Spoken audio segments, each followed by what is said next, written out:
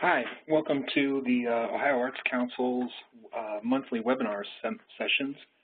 My name is Ted Hattemer. I'm the IT strategist here at the Ohio Arts Council, and today we'll be talking about Don't Get Hacked, Steps to Protect You and Your Organization. Just a little bit of housekeeping. If you're having any technical difficulties or if you have questions, please use the chat function within the WebEx, and I will answer questions at the end of the session rather than asking them or responding as they come in. So with that, if everyone doesn't have any questions or anything, I'll just jump right into it.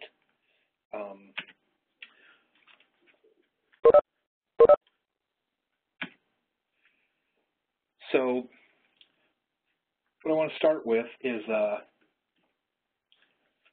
getting hacked occurs in many forms, and we'll talk about prevention, but first we'll talk about the different methods criminals and others use to hack your computing devices. First off, we have something called malware, and that's software programmed to perform some sort of malicious task, something like capturing usernames and passwords.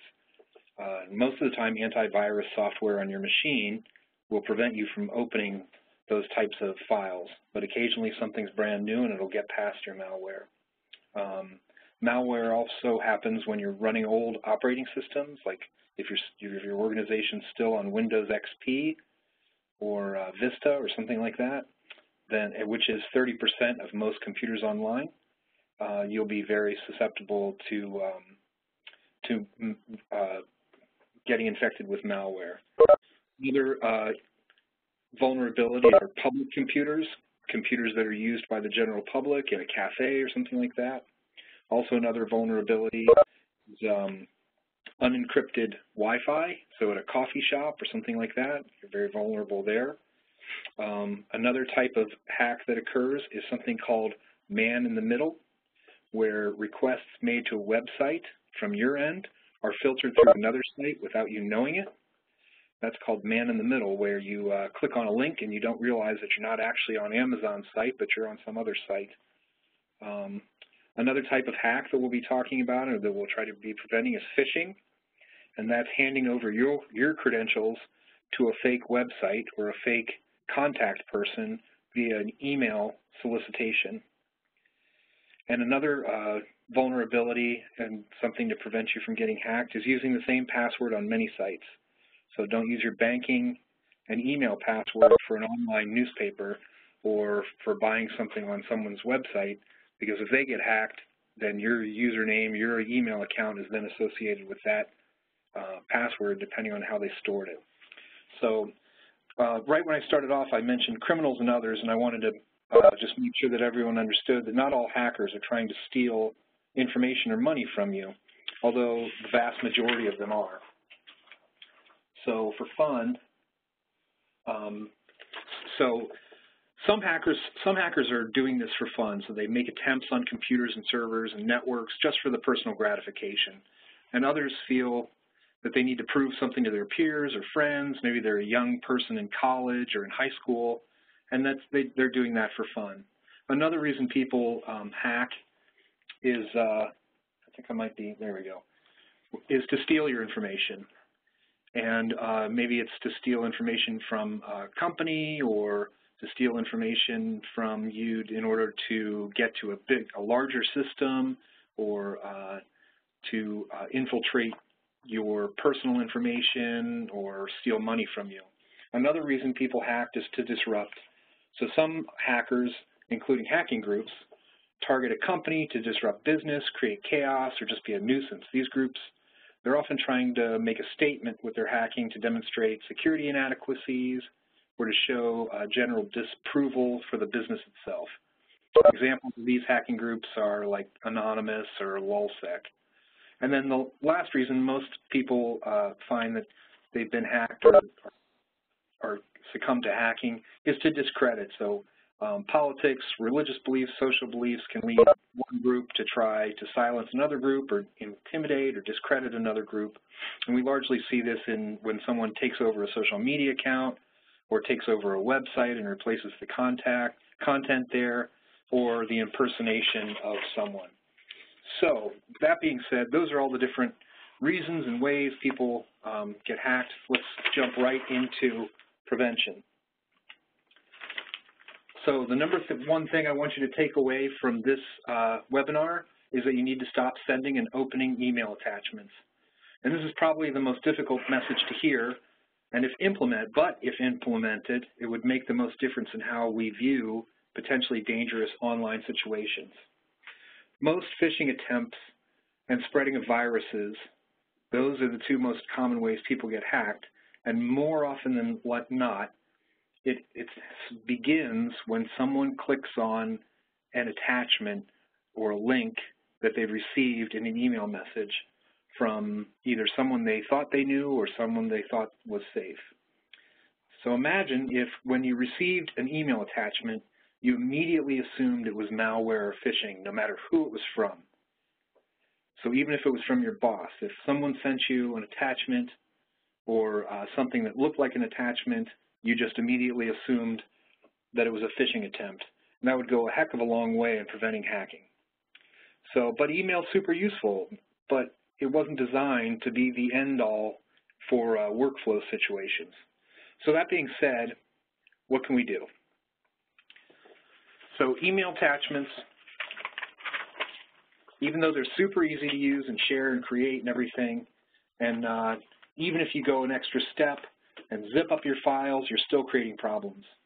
Sending a zip file, that used to be a great solution. You could take all your files and put them into a zip file, and it would be super easy to send it along, and that would protect it and indicate to the person you're sending it to that it's a safe file, and you can go ahead and open it up, and the files that are contained within are the attachment.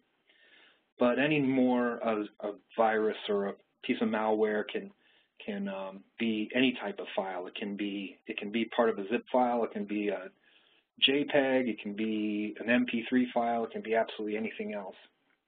And also, these files can come from someone who appears to be your colleague, or maybe it is your colleague. So a lot of times in an organization, one person clicks on a link and it's a virus, and it ends up sending email with that same virus to all the other folks with an inviting invitation to click on this Microsoft document. So another reason that we need to stop sending email attachments is that it's an inefficient use of bandwidth and file storage. So sending an attachment across the internet, when that happens, what happens behind the scenes is that the attached file has to be encoded so that it can travel with integrity from one server to another server. So the email message that you're sending doesn't go from your computer to the person's computer that you're sending it to. Instead, it jumps from your email account to your email service provider, and then that service provider forwards the message along to the next email relay, and then it bounces along relays until it eventually finds the server's host for the recipient. And then finally, the recipient downloads the message from his or her email provider. So on an average, 33% increase in file size is necessary to encode the average attached file. So when you do the math, you can immediately see the inefficiencies. Each email message creates unique copies of the shared file as well. So each person on the recipient's list gets a unique copy. And then this ends up eating valuable mail server space and bandwidth. And then here's the kicker. It also is that email becomes a really lousy project management tool. When multiple copies of files are distributed, knowing which version of which file is most current or accurate becomes next to impossible.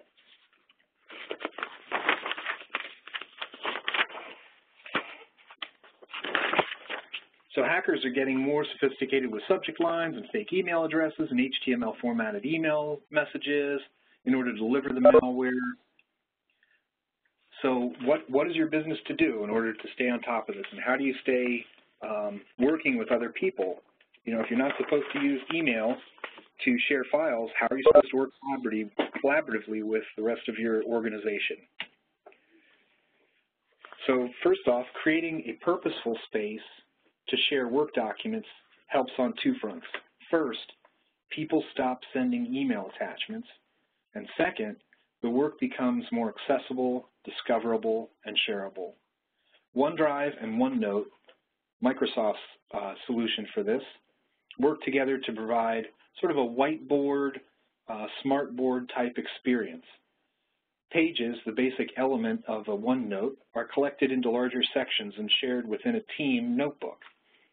Secure collaborative software and cloud storage servers and chat tools are gaining a lot of users across the internet.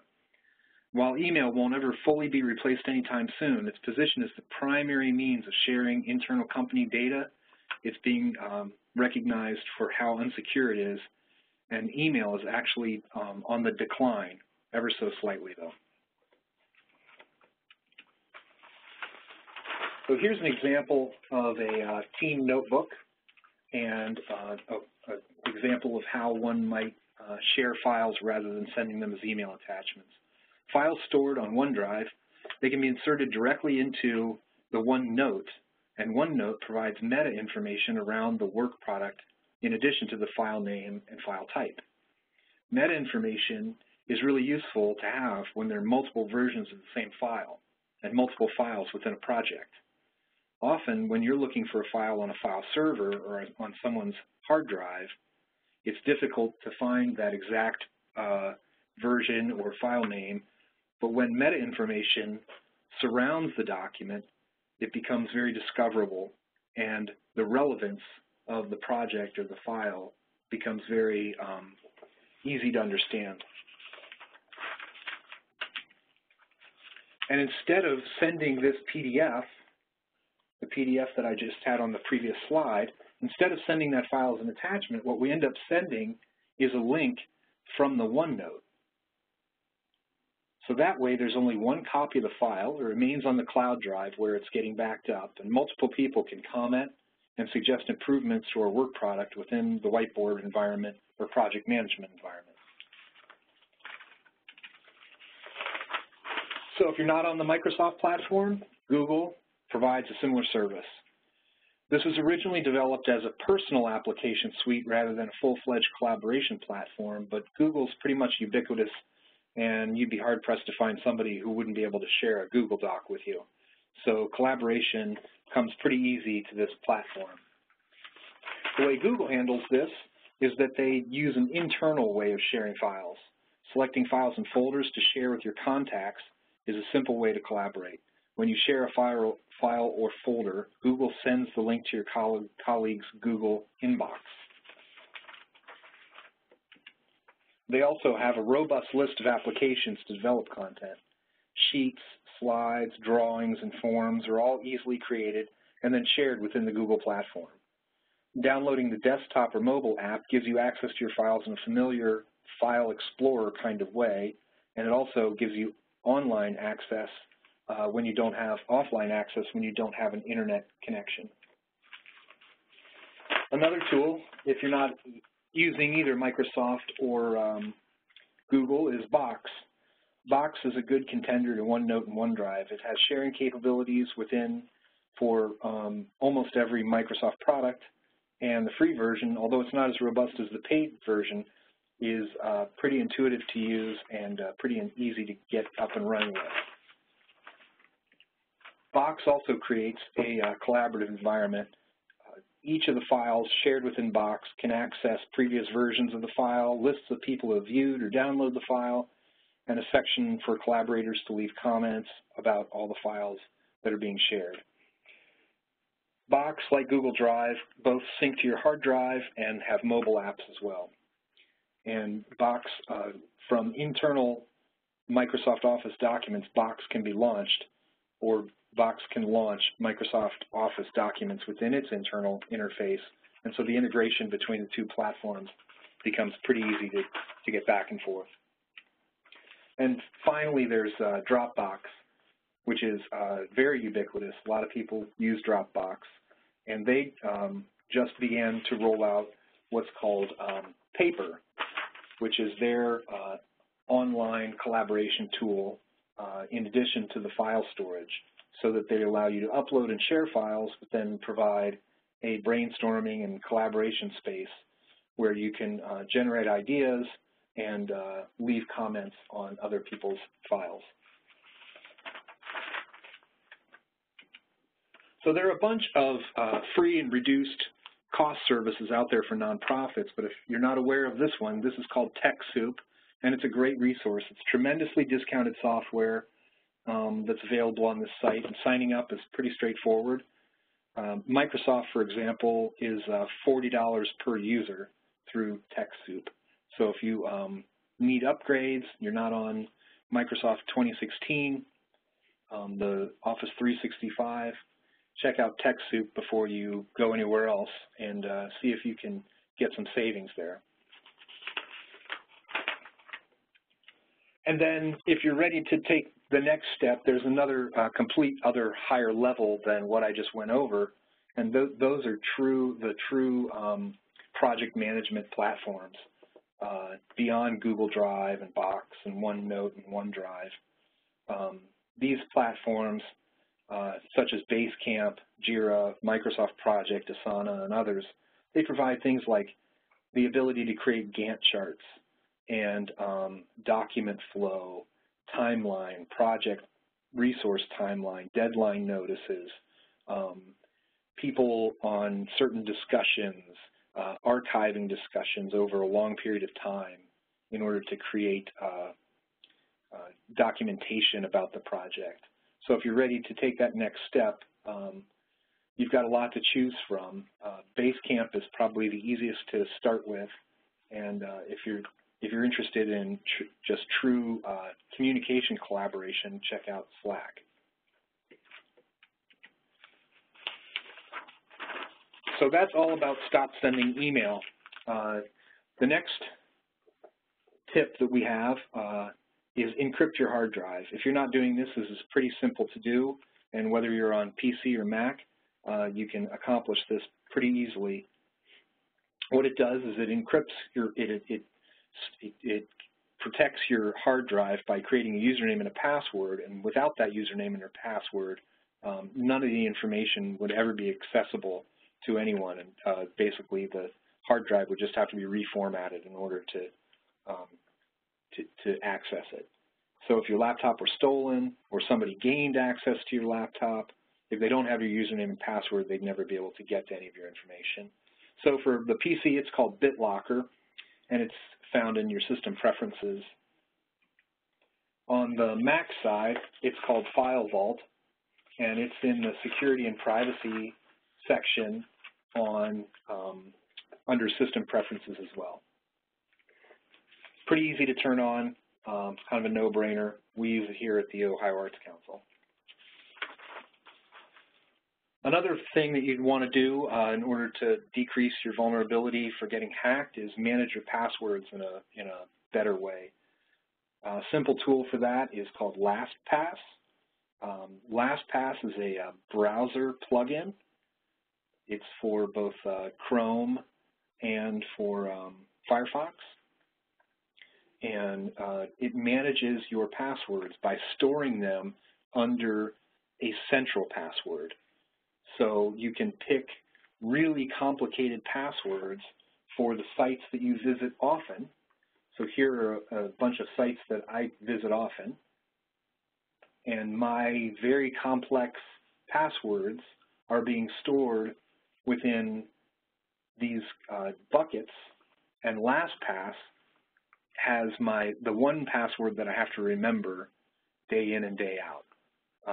So if I can access LastPass, then I can get to all of these other services which have super complex, 14, 17, 18 character long passwords. So these sites end up becoming super secure for me because none of them are sharing a password, and all of the passwords are very, very strong.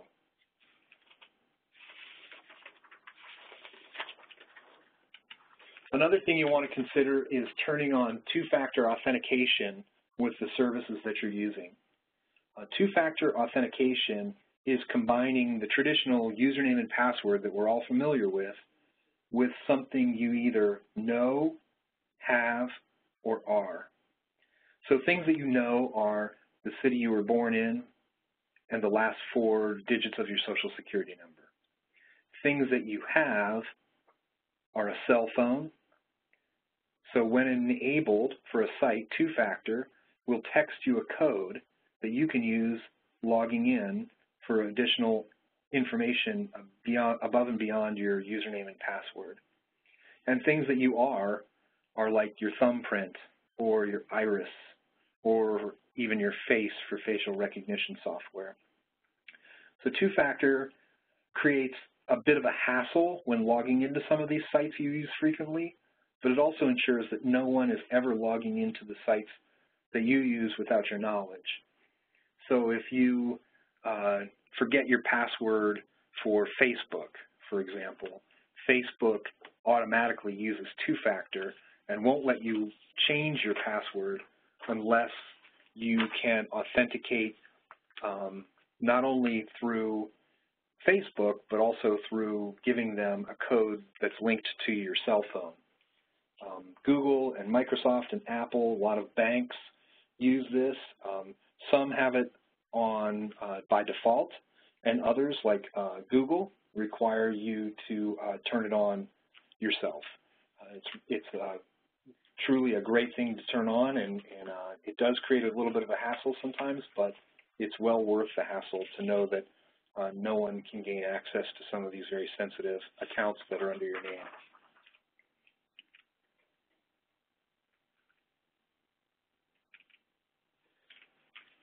Another browser plugin is called HTTPS Everywhere. And so I'm going to get a little geeky for the next couple of slides, but bear with me and we'll all learn something. So HTTP it stands for Hypertext Transfer Protocol. And the way it works is it uses a once and done approach to communicating between the browser and the server. It's what's called a stateless protocol, meaning that your browser makes a request and the server responds, and then between the server and the browser, it's as if you've never communicated before. You make another request and you're a brand new connection all over again. So every image, every element, every script, every file are separate requests when serving up a web page.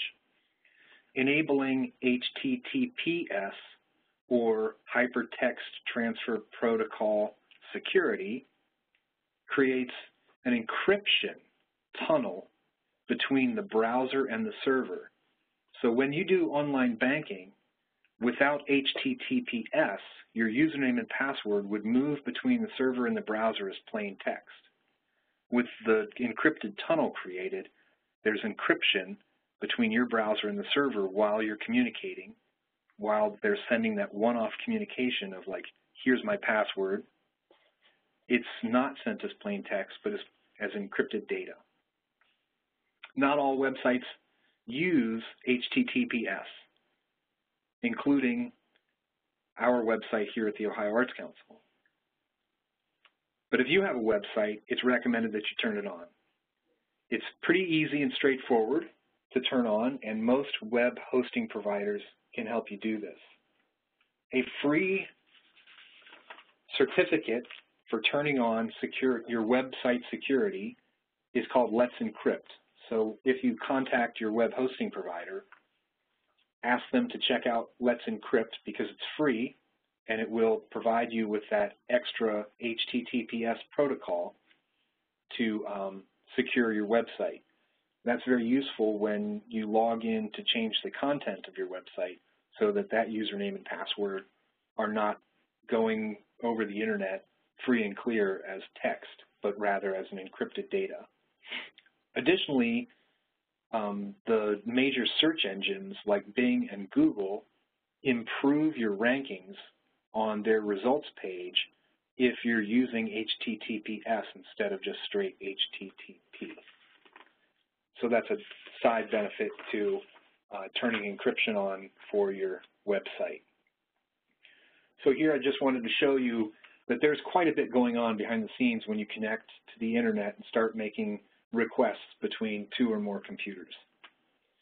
A tool like Wireshark, which is available for both Mac and PC, can monitor traffic and analyze the traffic for signs of hacking.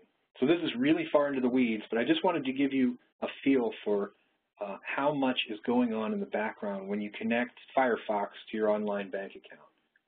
All of these are transactions that are happening within loading one web page, and they're all separate requests, and there's a lot going on. So there's a lot of information here that hackers could use, and just wanted to give you that sense of that there's a lot going on that you need to protect. So just a tip, never log into your most sensitive accounts while on free public Wi-Fi. A hacker could be running software like this on that free public Wi-Fi and watch you log into your banking site, and the connection between your computer and the Wi-Fi is not encrypted. So they would just see your username and password coming across as free text and be able to grab it. Another tip that you want to do is when you're not using your webcam, to put a piece of sticky note or tape up there and cover the camera. This doesn't happen very often, but it has happened, and people like Mark Zuckerberg, the CEO of Facebook, puts a piece of tape over his webcam, so you can tell that it's something that other people are doing, and so you might want to consider doing it as well. What happens is that somebody can, if your computer is compromised, somebody could then take over your camera without your knowledge and understand some of your habits, and then be able to place a phone call to you or something like that and gain access to other information because of things they've learned by watching you.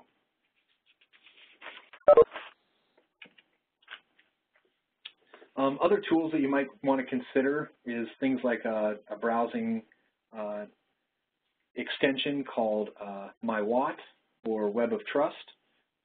This is another layer that exists between a requested URL and serving up a website, so that this service goes out and just makes sure that the site that you're accessing is actually the site that you're trying to access and it hasn't been hacked.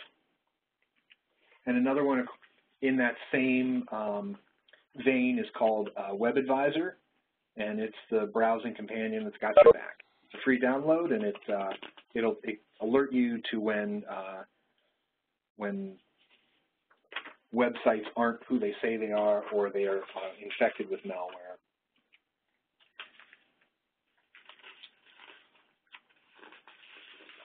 So one other thing that we're recommending is that your office have a We Got Hacked plan. If you don't have a what you should do after you get hacked, you should start on that today by asking yourself and answering the following questions. What has been affected? So you feel like you've been hacked, but what has actually happened? What services have been compromised? After we take this hacked resource offline, how will that affect our business? Can we wipe clean an infected machine, or do we need to resurrect the data on it? The following steps should be taken if you feel you've been hacked. You need to shut systems down quickly. Pull them off of the internet. That is basically shutting them down. You don't need to turn off the machine, but eliminate its connection to the internet. And then work with either a security firm or your IT person to determine how intruders got in and fix that first. So if there was an update to Windows and it wasn't applied, then that's probably how the intruders got in, and you need to fix that first.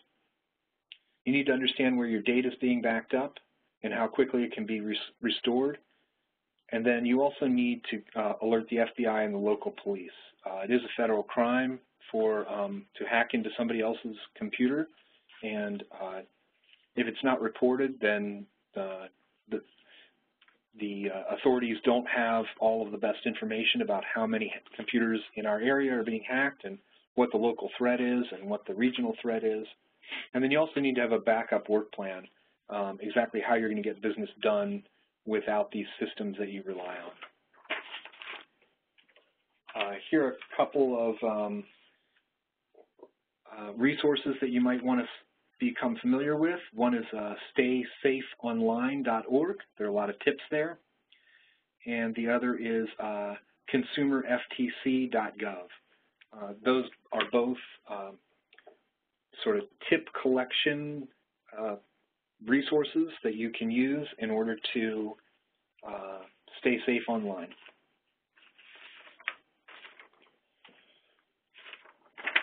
And so sort of to close this out, I wanted to just address that being safe online is really a trade-off between security and convenience. And the more you're willing to slow down a bit, jump through a couple of extra hoops, work in a slightly different way, the safer you'll be in the long run. Nothing can completely protect you online, but being aware of the most basic hacks will keep you relatively safe. And that's about as much as we can hope for in this new digital world. So that's my presentation for today. I appreciate you attending, and was wondering if there were any questions. I could answer them now through the chat form.